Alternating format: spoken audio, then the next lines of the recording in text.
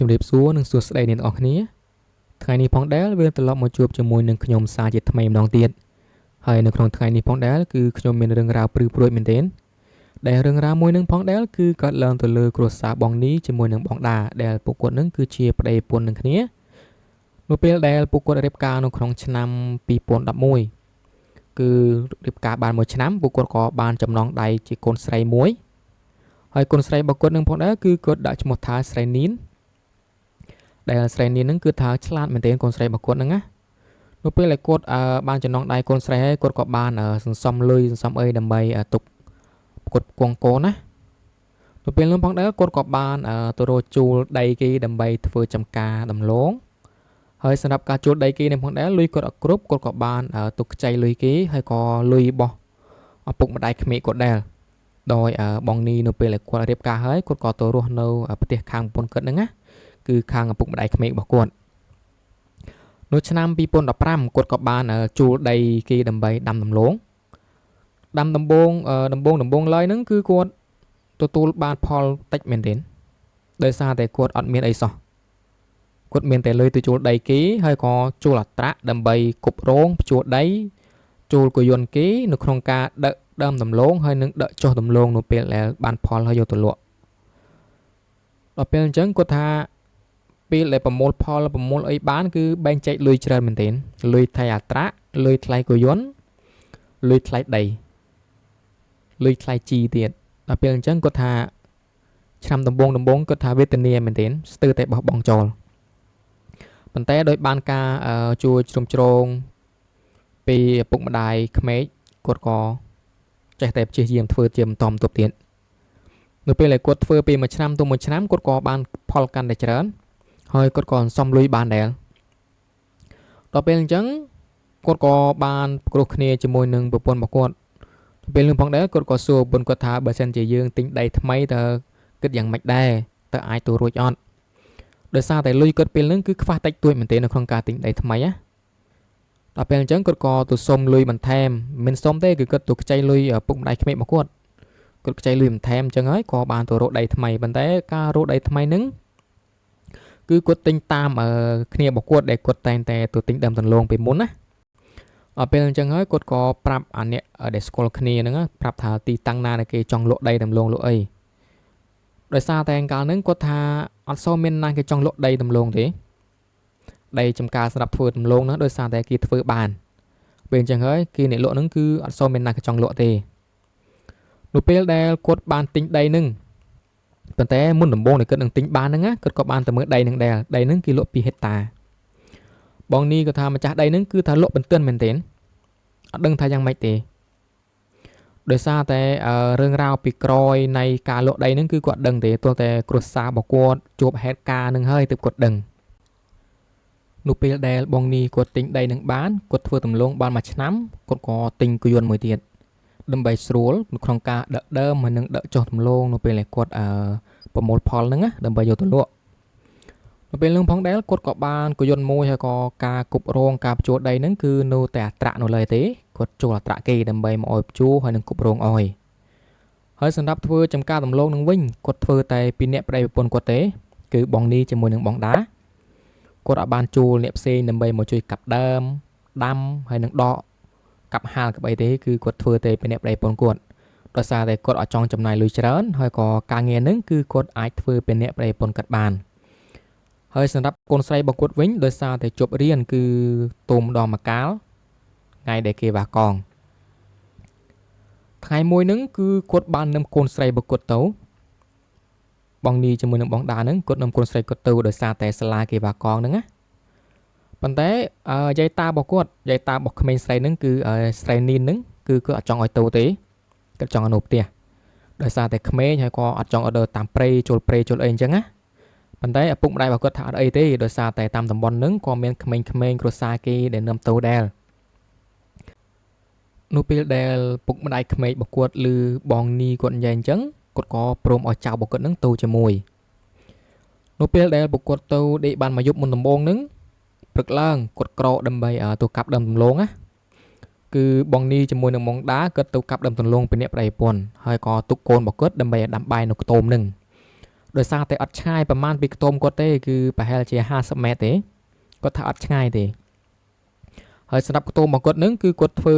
រាងគៀកទៅព្រំជាមួយនឹងដីចំការដំឡូងគេដែរដោយសារគាត់អត់ចង់ខាត់ដីដើម្បីចំណាយច្រើនក្នុងការធ្វើខ្ទមហើយក៏ទុកដីដើម្បីដាំដំឡូងឲ្យបានច្រើន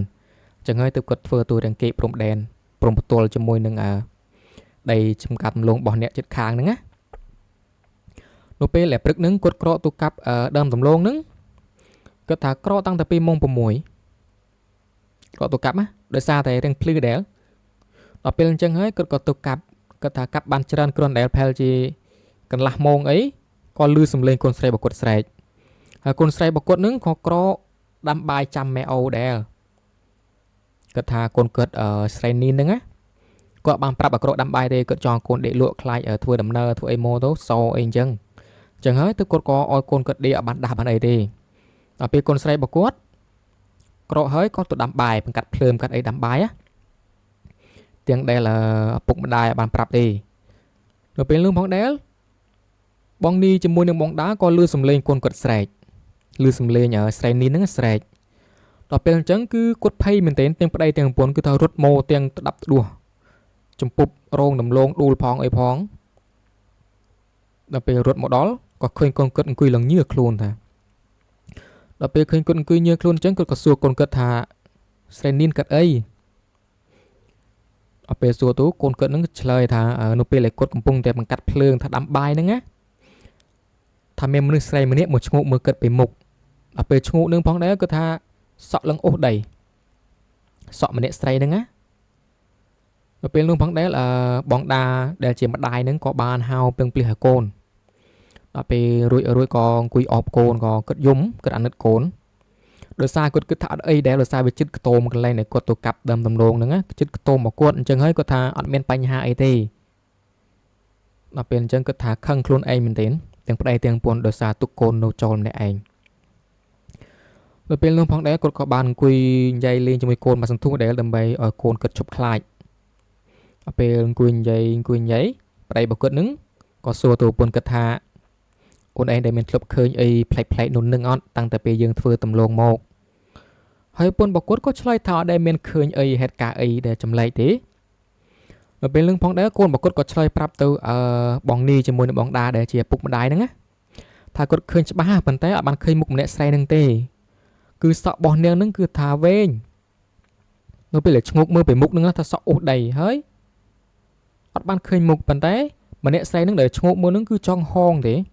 អត់បានអង្គុយទល់មុខទេគឺចង់ហងឈ្ងោកមើលនៅពេលដែលញ៉ៃអញ្ចឹងគាត់ក៏បាននឹមកូនរបស់គាត់ស្អែកព្រឹកឡើងក៏នឹមកូនរបស់គាត់ដើម្បីមកផ្ទះវិញដល់ពេលនឹមកូនគាត់មកផ្ទះវិញកូនគាត់ក៏ចាប់ដើមគ្រុនដោយសារតែធ្វើដំណើរឆ្ងាយដែរបើកយន្តបើអីដល់ពេលកូនគាត់គ្រុនក៏បានទៅរកថ្នាំរកអីដើម្បីឲ្យលេបរកថ្នាំពេទ្យណាដល់ពេលគាត់ទៅហ្នឹងគឺយាយតារបស់ស្រីនីនហ្នឹងដែលជាត្រូវជាពុកម្ដាយរបស់បងដាជាមួយនឹងបងនីហ្នឹងដែលពុកម្ដាយក្មេកហ្នឹងណាថាបន្ទោសពួកគាត់មែនទែនគាត់ថាខឹងនឹងពួកគាត់ដែលនឹមចៅគាត់ទៅគាត់ហាមហើយប៉ុន្តែនៅតែនឹមទៅគាត់ខឹងគាត់បន្ទោសគាត់ថាមែនទែនប៉ុន្តែពួកគាត់ភ្នាក់ប្តីប្រពន្ធហ្នឹងដឹងតែខ្លួនខុសដែរគឺអត់បានតវ៉ាអីជាមួយនឹងពុកម្ដាយទេគាត់ក៏បានទៅស្ងាត់នៅពេលដែលគាត់បានមើលកូនរបស់គាត់រៀងស្រាកដែរហើយក៏ឲ្យពេទ្យគេមកមិនតងស្រោមហើយក៏ឲ្យពេទ្យគេផ្សំថ្នាំសុំអីលេបណាហើយក៏បានស្រាកហើយក៏បាននឹមទៅវិញទេពេលគាត់ទៅវិញហ្នឹងគាត់ទៅតែពីអ្នកប្តីប្រពន្ធគាត់ទេហើយសម្រាប់រឿងរ៉ាវមួយហ្នឹងផងដែរបងនីជាមួយនឹងបងដាក៏បានប្រាប់ទៅពុករបស់គាត់ដែរដល់ពេលប្រាប់ទៅពុកគាត់ថាដោយសារតែនឹមក្មេងទៅអញ្ចឹងឯងព្រោះ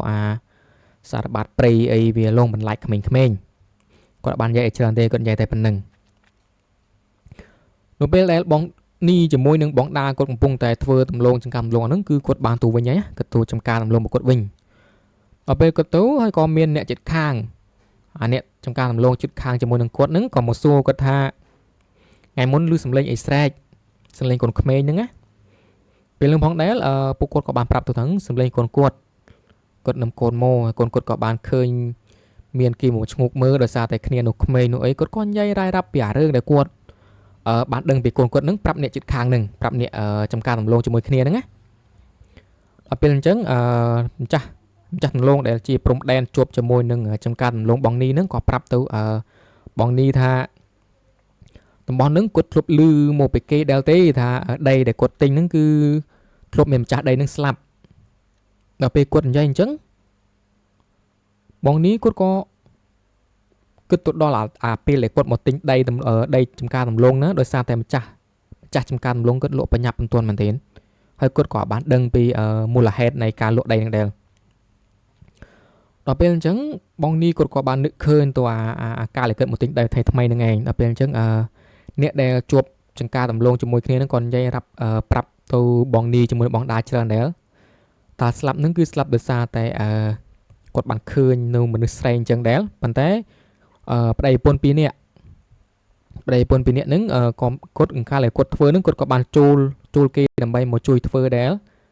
ប៉ុន្តែនៅពេលដែលបងនីជាមួយនឹងបងដាធ្វើគាត់អត់បានជួលណាទេគាត់ធ្វើទេពីអ្នកប្តីប្រពន្ធគាត់ហើយសម្រាប់ម្ចាស់ដីចាស់ហ្នឹងគឺគាត់ជួលគេហើយក៏មកពីអ្នកប្តីប្រពន្ធគាត់ហើយក៏គាត់ថាប្តីហ្នឹងគឺថាល្អឯងមែនទេគាត់ថាពេលធ្វើការដូចជាបងនីអញ្ចឹងគាត់និយាយប្រាប់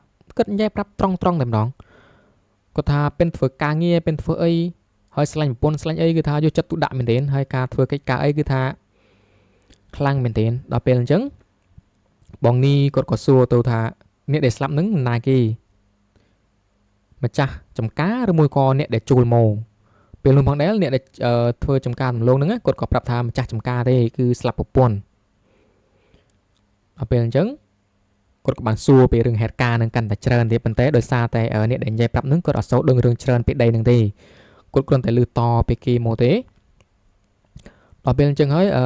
ថ្ងៃក្រោយមកទៀតគាត់ក៏បានដកដំឡូងដកអីដើម្បីកាប់ហាលហើយក៏លក់សើមផងលក់ស្ងួតផងពេលនោះផងដែរយប់មួយ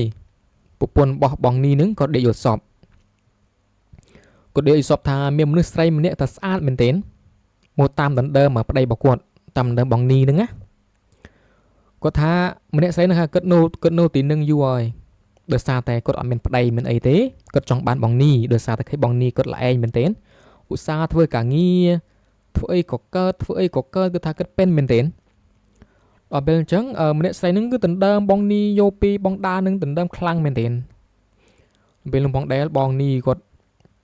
ប្រាប់ទូប្រពន្ធគាត់ថាទូជឿអើយឲ្យយល់សពអញ្ចឹងគាត់ហ្នឹងណាថាទូប្រពន្ធគាត់ថាអូនឯងមិនទូជឿឲ្យយល់សពអញ្ចឹងទេពេលនោះផងដែរប្រពន្ធរបស់គាត់ក៏និយាយប្រាប់ច្រើនដែរនិយាយប្រាប់ពីហេតុការណ៍ដែលគាត់ដេកយល់សពហ្នឹងថ្ងៃទី1ហ្នឹងគាត់និយាយប្រាប់អញ្ចឹងហើយដល់ពេលអាយុថ្ងៃទី2ហ្នឹងណាគាត់ដេកយល់សពច្រំដែលដូចគ្នាអញ្ចឹងទៀតគាត់ថាមនុស្សស្រីម្នាក់អណ្ដែលហ្នឹងឯងមនុស្សស្រីគាត់ដេកយល់សពឃើញអាយុថ្ងៃមុនហ្នឹងណាដល់ពេលគាត់ដេកយល់សពឃើញទៀតគឺហេតុការណ៍កើតដូចអាយុដែលគាត់ដេកយល់សពឃើញយុគមុនដំបូងអញ្ចឹងអាយុទី1ហ្នឹងណាបងដាគាត់និយាយប្រាប់ប្តីគាត់ទៀតហើយប្តីគាត់នឹងថាប្រពន្ធគាត់កុហកបងនីហ្នឹងគាត់ថាបងដាកុហកគាត់ហើយបងនីគាត់ក៏បានចាប់អារម្មណ៍អីទេដោយសារតែគាត់នឹងអត់ដែលបានទៅដើរលេងទូណាទៅលេងស្រីលេងអីណាទេនៅពេលដែលគាត់ចាញ់ទូណាម្ដងអញ្ចឹងគាត់តែងតែប្រាប់ប្រពន្ធគាត់មានថាទូអាទីតាំងដែលគាត់ទៅធ្វើចង្ការជាមួយគ្នាមានថានៅផ្ទះនោះអីទេនៅពេលដែលគាត់ចេញទៅក្រៅឬមួយក៏ទៅផឹកស៊ីអីជាមួយនឹងមិត្តភ័ក្តិសាច់ញាតិអីគឺគាត់តែងតែប្រាប់ប្រពន្ធគាត់អត់ដឹងគឺគាត់អត់ដែលលាក់លៀមអីទេនៅពេលនោះផងដែរបងនីគាត់អត់មានចាប់អារម្មណ៍ឲ្យច្រើនជាមួយនឹងពាក្យសម្ដីយល់សពរបស់ប្រពន្ធគាត់ទេអ្វីដែលសំខាន់ហ្នឹងណាប្រពន្ធរបស់គាត់គឺមិនមែនដេកយល់សពតែ2ថ្ងៃហ្នឹងទេគឺដេកយល់សពដល់រហូតទៅ3ថ្ងៃហើយថ្ងៃចុងក្រោយដែលគាត់ដេកយល់សពខ្លាំងជាងគេហ្នឹងគឺគាត់ដេកយល់សពហើយរហូតដល់យប់អាយុចិត្តភ្លឺហ្នឹងណាគឺគាត់ដេកយំតែម្ដងប៉ុន្តែគាត់ដេកយំហ្នឹងគឺមិនមែនដេកយំដោយឯងទេគឺដេកយំដោយសារតែគាត់ដេកយល់សពហ្នឹងពេលនោះផងដែរគឺប្តីរបស់គាត់ហ្នឹងគាត់ដាស់បងនីហ្នឹងគាត់ដាស់បងដាដល់ពេលដាស់មកគាត់ក៏សួរនឹមថាម៉េចបានជាអូនឯងដេកយំដោយសារតែដេកសពតែឃើញបងហ្នឹងមានស្រីមានអីមែនអាពាក្យហ្នឹងគឺបងនីគាត់និយាយលេងសើចទេដោយសារវាចិត្តភ្លឺដែរហើយក៏និយាយលេងសើចជាមួយប្រពន្ធនិយាយអីទៅប៉ុន្តែប្រពន្ធរបស់គាត់ក៏ប្រាប់ទៅប្តីរបស់គាត់ថាអូនដេកសពឃើញម្នាក់ស្រីនឹងទៀតគឺវាចង់មកយកបងអទល់តែបានហើយម្នាក់ស្រីហ្នឹងគឺម្ចាស់ដីនឹងឯងគាត់ថាអញ្ចឹងណាគាត់ថាម្ចាស់ដីនឹងឯងនៅក្បែរភ្នំនឹងឯងដោយសារតែដីដែលបងនីគាត់ទិញហ្នឹងគឺដីជាប់នឹងជើងភ្នំអា2ហិកតាហ្នឹងណាជាប់នឹងជើងភ្នំនឹងឯងដល់ពេលអញ្ចឹង Bóng đá nâng có prap tụ đây bọc quật để tha niềng nâng nô tì nâng dù hơi mình nè say mà chát đây slap nâng cứ đôi xa tại niềng cách thì đôi xa tại niềng trong bàn đây kì nâng á cứ mình nè khmoi mình nè say nâng cứ bản vô shop nâng cứ prap trong làm đón prap ở bộ pôn bóng ni nâng á cứ bóng đá gần dây đưa bro prap chơi mình đến đó bên trắng đây bọc quật nâng có mình tụ bóng đá thắng đôi xa tại on air nhờ đập chặt luôn chặt đây trong ca nâng á đập chơi pe chẳng hay từ oi on ấy nâng vô shop rồi vừa về ấy tàu cốt nhanh chân từ bồn cuộn đôi cốt ở chưa ấy thì nó pe là bồn cuộn nhanh prap hơi đây cốt ở chứa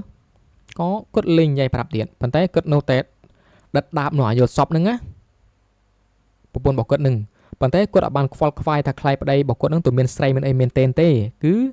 cốt qualify bị ca vô shop nâng rồi xa đây cốt bán đăng pi rương hết đây là nè thưa tầm lông cái bay kia nâng cứ cốt nhanh prap ở bên chân hơi bồn bọc cốt nâng cứ qualify miền tên chập pi một ngày bồn bọc cốt có chập đâm liệt luôn chư bóng đá nâng á liệt luôn chư hay bóng ní có cốt pay để rồi sao để cốt ở mơ tôi tầm lông có tập tại cơn hay có trâu ca bằng một ấy cứ ở miền ná chui ở bên chân bồn cốt chư còn nâng bồn cốt một tia ở bên nâng bồn cốt một tia tranh phốt pi ở đây chấm ca tầm lông nâng á cứ một ọp tia cứ bồn cốt thâm mà đá học bài ba nó miền chư ở miền ấy để bàn tay nó bị lấy qua tờ lom tụ vinh tụ đó là tì tăng đây nâng cứ cất chập đâm chư tiệt bóng ni gật tha đôi xa tay tì tăng đây nâng cứ dương tụ đó tì tăng bỏ đây mà chả chả khmoi nâng á mà chả để kia nuôi diêm tự đây nâng anh mà nè say nâng đó bị dương tụ chân tự đây kia tú cứ thà vì miền nãy một lời dương nó bị lấy cột nâng một cất một tia vinh cứ linh ấy linh chư linh ấy đó bị tụ đó là tì tăng nâng vinh cất có chư tiệt cất phơi ban phèn mà tịt bồn cất có chư vinh điện hơi tầm lông ấy ban lụa khla hơi còn nụ khla hà là tuần nguồn cất có bồn tục tròn bồn cột tục nôn nứng á có tia nhiều mà đạo thằng tôm khai plane khai ấy cất còn nâng bồn cất một tia vinh đó pel nâng một tia vinh bụng đáy bảo cất có tha tôi ở đây bồn cuộn tha mấy ban tu mô bên chân ở đây bồn một có prap bị đầm nợ đầm tông chẳng á thà Australia clone một bồn cất chư anh chân từ bàn tay sẵn đắp ở đây một cột vĩnh bóng ni nứng cứ ở đây miền Panh Hải thế ở đây miền Panh Hải sao bàn tay chư tập bồn cuộn rồi bây lại cột một ọp tia cứ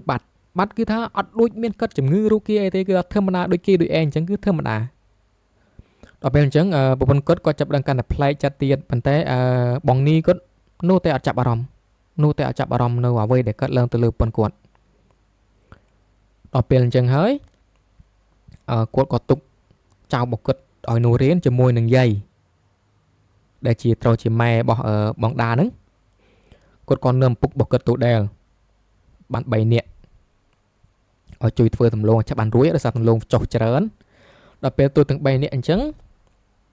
bục bọc cốt tụ đó giúp lớn có để yêu sọp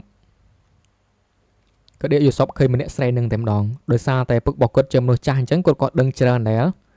cột mẹ đã bọc căn mình anh trắng á đó pe là cột để khơi cột có đừng bị mùa hè này cồn bọc cột chư nừng rồi sao thì cột để khơi mình để say nâng cứ tham mua ôm bằng el ở cồn xa bọc cột ôm el bằng ni nâng á ở pe cột khơi chân cứ tha chả đây nâng cứ khăng bọc kia hơi cột đừng tha ở lốp miên mình để say mà chả đây đờ muốn nứng slap rồi sao để cột tụt đo tì tăng nứng đừng thèm đòn cột để sọc khơi ở đây nâng để cột tinh ở đây pi hecta nâng á không pe lại cột tinh ban nâng cứ ở bụng đây bọc cột cứ ở đây ban tụt khơi thế ở đây ban tụt mưa thì cứ tôi tại cột pi nẹp đây buồn thì tập tay giúp nứng ấy cột nom bụng mấy bọc cột tôi nứng cứ lự thì mùi thế bong ni nứng á cột nằm tôi cứ lự thì mùi ở bên trắng rồi pi cột tôi cột đừng thèm đòn nó bên lại cột đừng trắng cột có prap từ ở đây bọc cồn xà cột ở bọc cồn cột nứng á ở đây tôi chỉ cồn xà bỏ ở cột nưng prap tha chí để sao để cột ở chỉ cồn xà trắng bục mấy bọc cột hào bằng ni thả chí bọc cồn bỏ hay nứng cứ mà men chỉ chư rút kia luôn anh đi cứ mà chắc đây ngay việc vừa chứ đôi sao tại về trong bàn hàng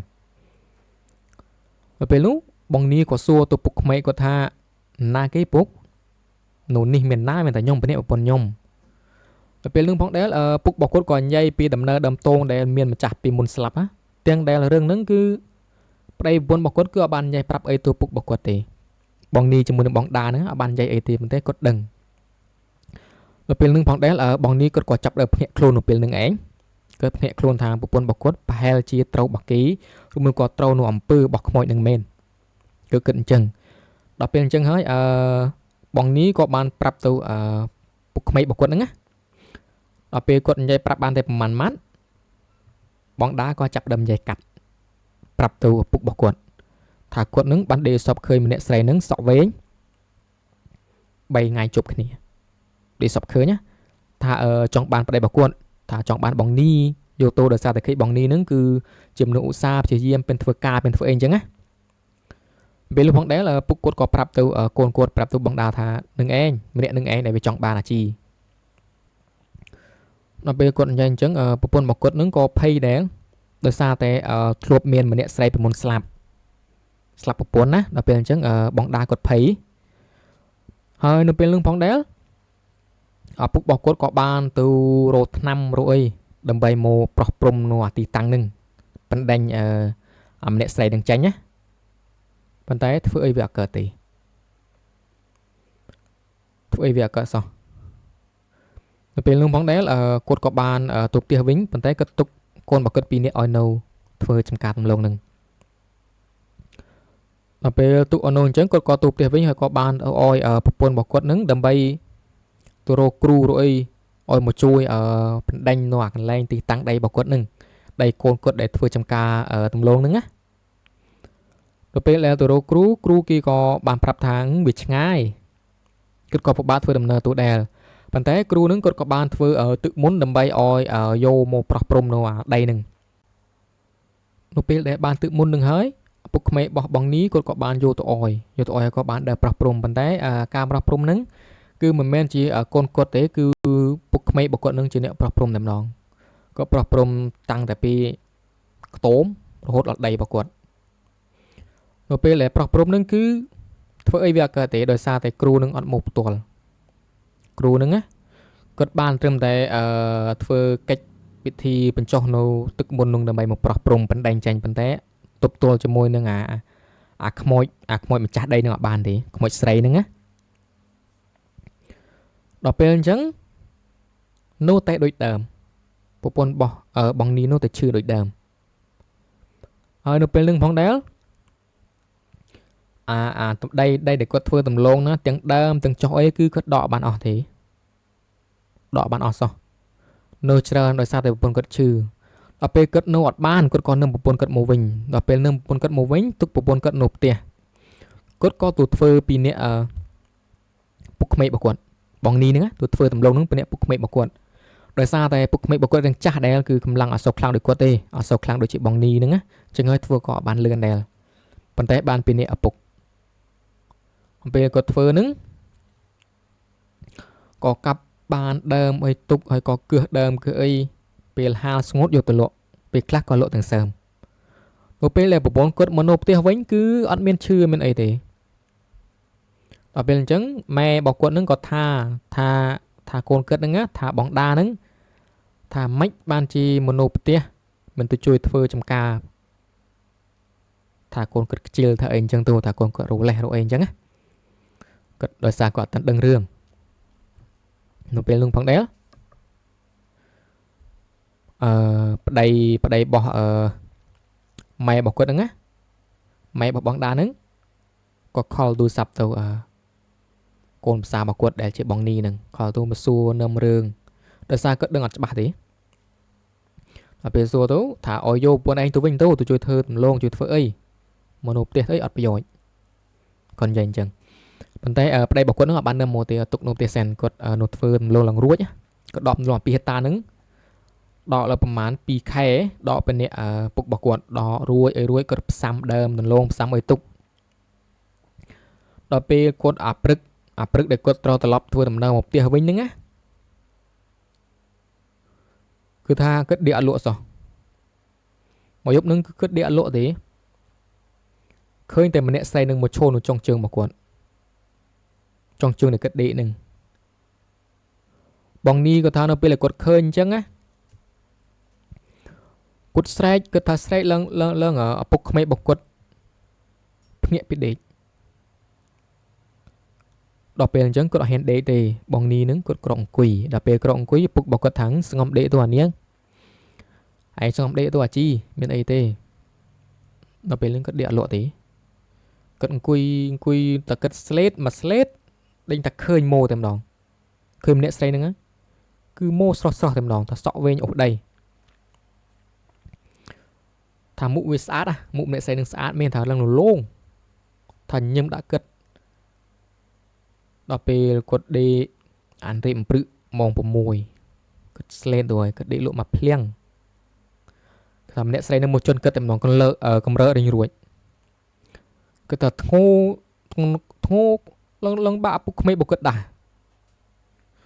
đọc về bục mấy bọc cất đà cất thấu như hồ tam trường sọ ra thật khăng men về lưng phong đấy cốt có bàn trên đầm nơ một tia đọc về trên đầm nơ một tia có bàn dây prap bồn cuộn ta cột khơi mình sẽ nâng hơi mình sẽ để bồn cuộn tên để prap nâng á ở bên trắng bồn cuộn có xua tôi bằng đi thà mách bằng anh chưa ôn hơi mến bên lưng bồn cuộn có đang lọ lời từ đây bồn cuộn đây là sao thì dây prap cho nó đong có chưa bên lưng phong đấy là bồn cuộn có bàn tổ rô cru rồi đầm bay ở kia straight tự sợi ói không đọc cru không đọc ấy đây ở bên tấu cru nướng có mưa chừng lì ỏi thắng niếng chăm ní ở chừng lì bò niếng cứ xôi á cũng đỡ tuần ngày tranh bịp tia nó bên chấn cuột có bàn prap tu cru để rồi tự nâng tha nó trong cá bọc cuộn nướng cứ miên khmoi mình nè khmoi sấy nướng trong bàn đầy cuộn hay có trong thừa cái slap đéo để sao tay ti tăng chả nướng mà chả đây chả nướng có slap slap mình nè đéo cứ sấy để sao tay mình nè khmoi nướng trong bàn đầy kỳ bên lưng phong đấy là cru rồi tự nâng thà chăm nướng niêng anh bạch tu tia tê chăm mười chăm coi chăm ấy tâu đời xa chăm nâng có lệ đạ đéo đời xa thế bộ bôn bỏ ở bóng ní cất có chưa từ lưu cru rồi tự nâng đéo còn thế bóng ní cất chưa khá ở bên chấn cất có hên bóng khom bộ bôn cất đéo đời bây giờ chui thơ ở trong can luôn nâng cất có nô tại mình to tu bên nè nâng ở bục mê bảo quật tiện ở bên tu thơ on miền ấy thì à chăm nâng á thơ thâm đà ở miền Pành Hai miền thì hơi có nè chít khang đấy có phư ban phò lấy đôi đặc nia rồi bây là quật phư long ban mà trăm pi trăm từ mục tiết bộ phận bảo quật có chấp đồng liệt luôn trừ ở bên liệt luôn chứ anh nó cứ bóp chẳng ca lại cất trừ nâu trong ca làm long nừng ở bên liệt luôn trừ chẳng cột còn nom tụ pe tôi mưa hơi thà lui để rô ban đangประมาณcái thà bị đai liền đọc bê ổn chẳng có đỡ đơn thường mấy thế bóng ni có ổn chúng được để rồi xa có bên tại đây tầm luôn hay thò chồng nô lại có rô ban nứng cứ rô ban bị cát phơi trong cá tầm luôn này đọc bê chẳng có ban tàu chạy lùi ký đầm bấy mưa bột bồn mọc cuộn đọc bê lại có tụ chạy lùi ký có cái ca cái đây đèo đọc bê lại cứ mưa ở có tụ mưa bồn một cất chía có ban phá phơi trong cá luôn nâng mà đi thua chân càng luôn nữa có ở trong tổ chân đây nâng thế cột còn tổ rô càng nghiệp xem phở có tổ rực cập phai chân ti ở kia tổ đờ rô ở ta cần lấy na kia rư kia rô nè tổ phơ càng nghiệp kia cứ cất tay này tụp nè đây bồn quần có tha nó bây là có tổ phơ càng nghiệp cần lấy xem cứ bộ bồn có ở đây men Pành Hai thì ở đây men Pành Hai sao thay muôi có trong lỗ đây nâng chành đây để cột phơi trong cá tầm luôn nữa bằng ní có trong lỗ tránh bên tay bồn cất đài đời sao tại đây nâng cứ chế đây đầm bông để có rô bàn bên đây bồn cốt tình bên tay cột nhà trâu kia thế ở đây trong lỗ bồn thả on đời xa tại đây bảo cột nâng thả ở trong khơi bồn cất chứa ở tại tổ chân đây nâng cứ đừng thả bồn cất chứa rồi ở bên chân có túc đây nâng sẵn tụi đây là sẽ có prey ấy mấy đầm chơi con chơi ấy biết đo đỏ á có thưa ca nghiệp xem tụ thưa sầm nong thưa ấy về cật tụ rố ca nghiệp bán គាត់ក៏ចង់ទិញដីមកកន្លែងទៀតប៉ុន្តែមិនមែនទីតាំងនឹងទេគាត់ចង់ទិញដីទីតាំងផ្សេងប៉ុន្តែអត់ដឹងទៅរកណាអត់មានណាគេលក់ពេលអញ្ចឹងគាត់ក៏ទុកលុយនឹងដើម្បីរកស៊ីអីផ្សេងៗទៀតនៅពេលដែលគាត់ទុកលុយនោះបានគាត់ក៏បានបើកកូនហាងចាប់ហួយមួយដើម្បីលក់នំលក់នេអញ្ចឹងណាឲ្យប្រពន្ធរបស់គាត់លក់ដើម្បីបានលុយខ្លះឲ្យកូនគាត់ទៅរៀននៅពេលដែលគាត់រកស៊ីនឹងភូមិនឹងកាក់កបក៏មានគេអ្នកចំណែនឆ្លៀននេះគាត់ទៀតអាអ្នកភូមិហ្នឹងណាវាចំណែនឆ្លៀននេះក្រុមគ្រួសាររបស់បងនីនឹងដោយសារតែឃើញគាត់រកស៊ីលក់អីដាច់ដោវាចំណែនមកពេលអញ្ចឹងគឺវាធ្វើទៅគ្រួសាររបស់បងនីទៀតអានឹងតាក់ទងជាមួយនឹងអាផ្លូវងឹតនឹងមកពេលធ្វើប្រពន្ធគាត់ក៏ឈឺទៀតគាត់ថាជីវិតរបស់ប្រពន្ធគាត់គឺថាលំបាកមែនទេនៅពេលដែលប្រពន្ធគាត់ឈឺទៀតអញ្ចឹងគាត់ក៏បានទៅពេទ្យប៉ុន្តែដល់ពេលទៅពេទ្យទៅមើលអត់ជាទេគ្រូពេទ្យហ្នឹងគឺមើលអត់ជាសោះដល់ពេលគ្រូពេទ្យនឹងមើលអត់ជាគាត់ក៏ទៅរកគ្រូខ្មែរម្ដងដើម្បីឲ្យជួយមើលជួយអីណាដល់ពេលទៅរកគ្រូខ្មែរគ្រូអីទៅគ្រូខ្មែរគេក៏បានថ្នាំសំអីតែមិនមែនជាថ្នាំដូចថ្នាំពេទ្យទេយើងដឹងស្រាប់ហើយគ្រូខ្មែររបស់យើងគឺសិតតែថ្នាំរឹសឈើឬអីទេហើយនឹងដាក់ខ្សែចង្កេះខ្សែអីផ្សេងៗណា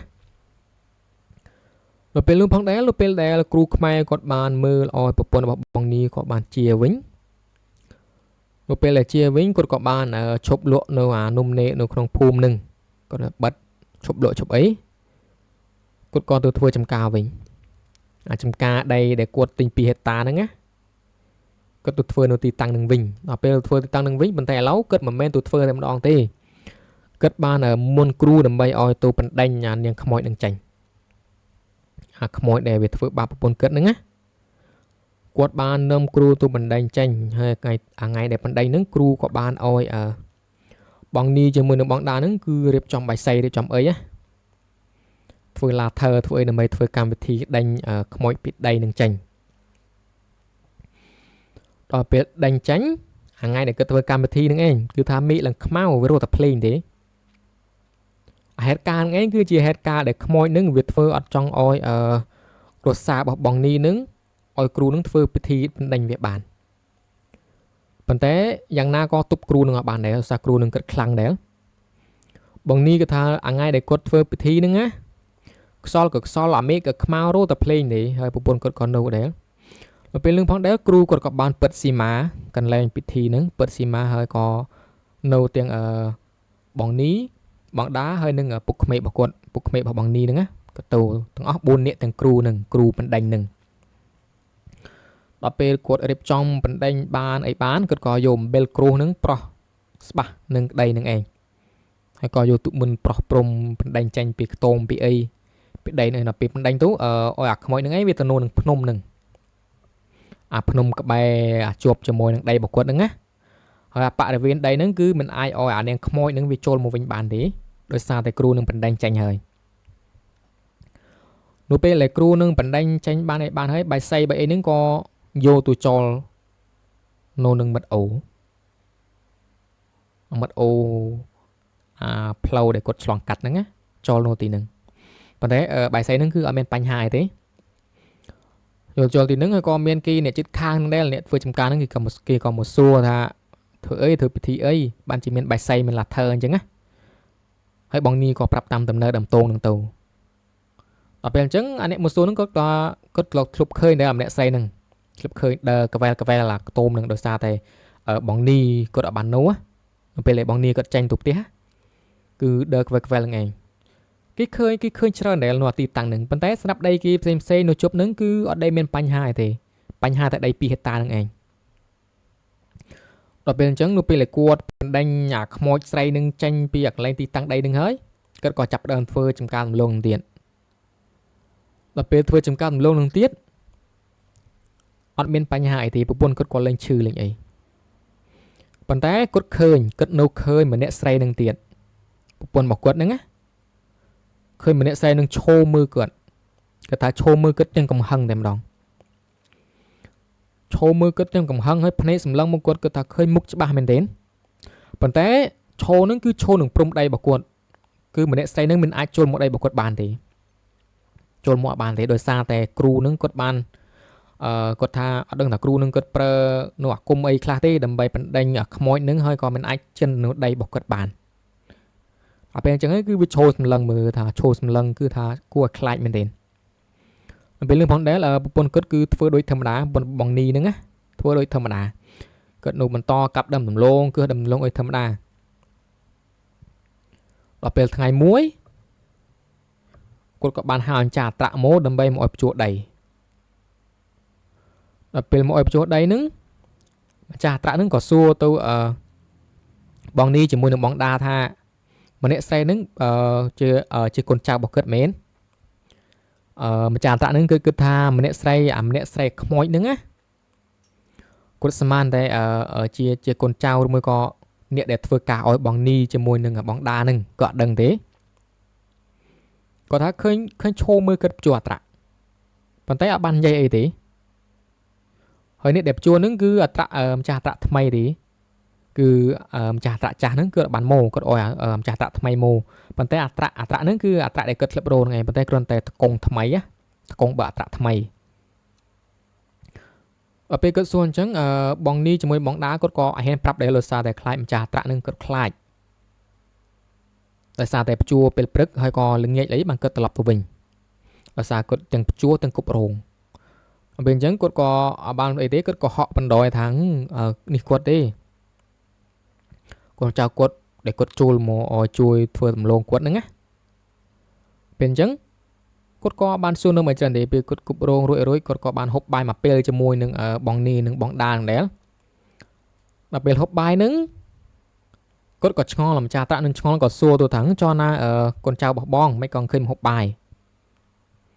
ដល់ពេលនឹងផងដែរគាត់ក៏កុហកលេងបានគាត់ក៏និយាយប្រាប់ត្រង់ដល់ពេលនិយាយប្រាប់ត្រង់ម្ចាស់ត្រាក់នឹងគាត់ក៏ខ្លាចដែរពេលគាត់ខ្លាចដែរអញ្ចឹងគាត់ក៏អត់ហ៊ានធ្វើដំណើរមកម្នាក់ឯងទេធ្វើដំណើរមកវិញណាបងនីជាមួយនឹងបងដាគាត់ក៏បើកម៉ូតូដើម្បីជូនដំណើរគាត់ឲ្យឆ្លងកាត់ចេញពីដីគាត់នឹងដើម្បីទៅដល់មុខទៀតក៏មានផ្ទះខ្ទមគេតាមខាងហ្នឹងគាត់ក៏លេងខ្លាចហើយក៏ឲ្យគាត់ធ្វើដំណើរទៅវិញគាត់ក៏បានត្រឡប់មកវិញបងនីជាមួយបងដាក៏ត្រឡប់មកខ្ទមវិញនៅពេលគាត់ត្រឡប់មកខ្ទមវិញហ្នឹងអត់មានបញ្ហាអីទេប៉ុន្តែយប់ឡើងនៅពេលគាត់ដេកក្នុងខ្ទមរបស់គាត់ហ្នឹងណាគាត់ថាអត់ដឹងសន្តិទេមកគប់ខ្ទមរបស់គាត់ថាលឺលងលន់ដេកអត់បានទេលឺលងលន់ដល់ពេលអញ្ចឹងគាត់ក៏ក្រោកឈុលមើលប៉ុន្តែអត់មានអីទេប៉ុន្តែគាត់ដេកអត់បានថ្លង់នឹងសំឡេងនឹងមែនទេដល់ពេលអញ្ចឹងហើយគាត់ក៏បានក្រោកដើម្បីបង្កាត់ភ្លើងក្រាក់ភ្លើងណាបង្កាត់ឲ្យវាភ្លឺដល់ពេលបង្កាត់ភ្លើងអញ្ចឹងទៅគាត់ដេកទៅអត់មានអីទេដល់ពេលអញ្ចឹងដល់ពេលក្រោយមួយទៀតក៏មានគេកាន់តែច្រើនមកធ្វើចំការដំឡូងនៅទីតាំងរបស់គាត់នឹងដល់ពេលគេមកធ្វើកាន់តែច្រើនអញ្ចឹងគឺអាម្នាក់ស្រីហ្នឹងណាអាម្នាក់ស្រីហ្នឹងគឺគេនៅតែឃើញទៀតគេនៅតែឃើញដល់ពេលគេនៅតែឃើញអញ្ចឹងម្នាក់ក៏ឃើញម្នាក់ក៏ឃើញគេក៏ចាប់ផ្ដើមបណ្ដេញគេយកអុយមកដើម្បីបណ្ដេញអាម្នាក់ស្រីហ្នឹងចេញដល់ពេលបណ្ដេញចេញឥឡូវវាទៅនៅកណ្ដាលភ្នំហ្នឹងតែម្ដងអាភ្នំហ្នឹងប៉ុន្តែដល់ពេលយូរមកទៀតក្រោយមកទៀតគេក៏ចាប់ផ្ដើមឆ្កាអីវាកាន់តែស្លាស់អាភ្នំនៅវាកាន់តែស្លាស់កាន់តែអីទៅលេងឃើញម្នាក់ស្រីហ្នឹងលេងឃើញម្នាក់ស្រីនឹងទៀតហើយក៏អ្នកដែលធ្វើចំការដំឡូងនៅទីហ្នឹងគេក៏ចាប់ផ្ដើមបដូរពីដំឡូងទៅធ្វើចំការស្វាយចន្ទីម្ដងគេដាំដើមស្វាយចន្ទីដាំអីហើយសម្រាប់បងនីជាមួយនឹងបងដាគាត់ក៏បដូរដែរដោយសារតែដំឡូងវាចុះថោពេលអញ្ចឹងហើយគាត់ក៏បដូរពីដំឡូងទៅដាំឲ្យធ្វើចំការស្វាយចន្ទីវិញដោយសារតែចំការស្វាយចន្ទីលក់គ្រប់វាថ្លៃគាត់ក៏បានបដូរពីអាហ្នឹងទៅធ្វើចំការស្វាយចន្ទីវិញហើយក៏គាត់ក៏លេងមានបញ្ហាជួបនៅហេតុការណ៍នឹងម្នាក់ស្រីនឹងទៀតគ្រួសាររបស់គាត់ក៏លេងមានបញ្ហាឯដែរហើយសម្រាប់រឿងរ៉ាវរបស់យើងនឹងគឺមានតែប៉ុណ្្នឹងទេបើសិនជាមានពាក្យពេចន៍ឬក៏ពាក្យសម្ដីត្រង់ណាខ្ញុំនិយាយទៅមិនសមរម្យឬក៏លុះអីខ្ញុំក៏សូមការអធិស្ឋានពីអ្នកទាំងអស់គ្នាផងហើយក៏ជាចុងក្រោយខ្ញុំក៏សំណូមពរឲ្យអ្នកទាំងអស់គ្នាជួយចុច Subscribe ឲ្យ Channel របស់ខ្ញុំអ្នកមួយផងដើម្បីជាកម្លាំងចិត្តមួយក្នុងការខ្ញុំបានធ្វើវីដេអូជាបន្តទៀតឲ្យអ្នកទាំងអស់គ្នាបានស្ដាប់